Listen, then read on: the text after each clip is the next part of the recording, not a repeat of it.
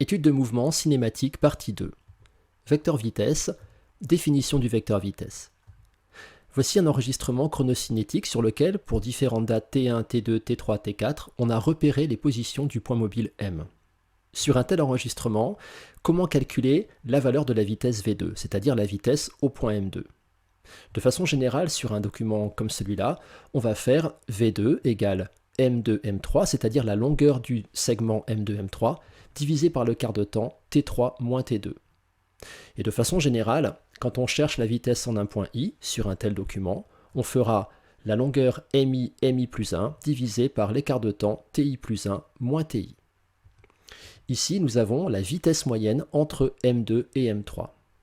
Le vecteur vitesse moyenne entre M2 et M3 est donc défini par V2 égale M2, M3, le vecteur, divisé par l'écart de temps entre les deux points M2 et M3, T3 moins T2. Ce vecteur vitesse V2 peut s'écrire sous une forme un peu plus complexe qui serait delta de OM entre les points 2 et 3 divisé par delta T. Delta T, c'est l'écart de temps entre le point M2 et le point M3. Si on veut maintenant exprimer la vitesse instantanée en M2, le vecteur vitesse instantanée. Ce vecteur vitesse instantanée serait égal à la limite, quand delta t tend vers 0, de delta OM entre 2 et 3 sur delta t. Mathématiquement, cette limite est égale à la dérivée de OM par rapport au temps calculée à l'instant t2. Voici la définition du vecteur vitesse à l'instant t.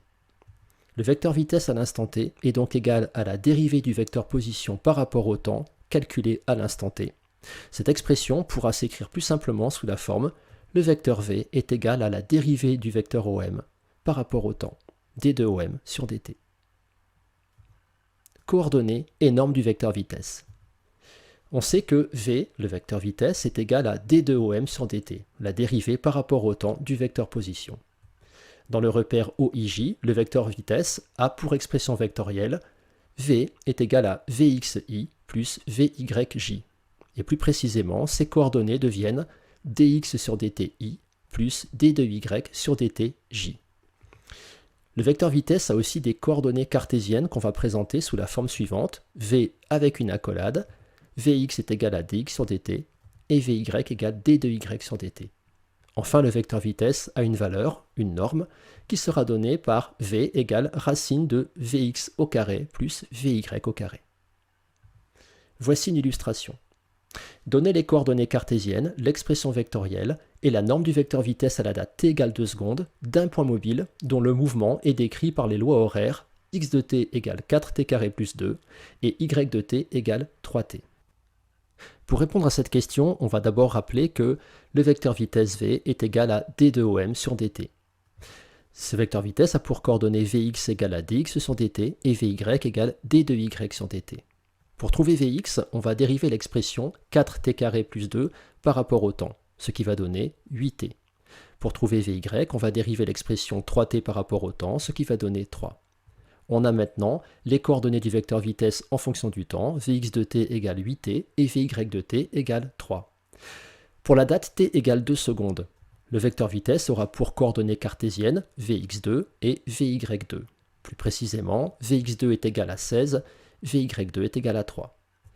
L'expression vectorielle de ce vecteur vitesse V2 sera 16i plus 3j, et la norme de ce vecteur vitesse sera V2 égale racine carrée de 16 au carré plus 3 au carré, c'est-à-dire 16,3 mètres par seconde. Voici une autre application. Vous pouvez, si vous voulez, arrêter la vidéo pour lire le texte et pour répondre aux questions. Voici la correction. On rappelle à nouveau que le vecteur vitesse v est égal à d de OM sur dt. À partir de là, on exprime les coordonnées Vx et Vy en fonction du temps.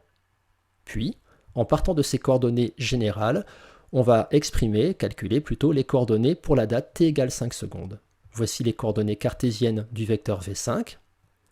À partir de ces coordonnées, on pourra donner l'expression vectorielle de ce vecteur V5. Et enfin calculer la norme, c'est-à-dire la valeur de ce vecteur V5. Représentation du vecteur vitesse. Voici un document chronocinétique qui donne la trajectoire du mobile et 3 positions particulières, M1, M2, M3. Pour ces positions, on connaît la valeur de la vitesse. Il devient alors possible de tracer en chacun de ces points le vecteur vitesse correspondant.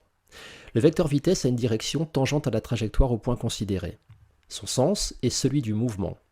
Et sa longueur va correspondre à la valeur de la vitesse en lien avec l'échelle choisie. Concrètement, quand on va représenter le vecteur vitesse V1, on va tracer la tangente à la trajectoire au point M1. On va ensuite tracer une flèche qui démarre du point M1 et qui a une longueur proportionnelle à la valeur de la vitesse. Le sens sera celui du mouvement. À côté de cette flèche, on va représenter V1 avec le symbole du vecteur. On répète l'opération pour le vecteur vitesse V2 et pour le vecteur vitesse V3. Voilà, ce cours est terminé. À voir maintenant, étude de mouvement cinématique, partie 3.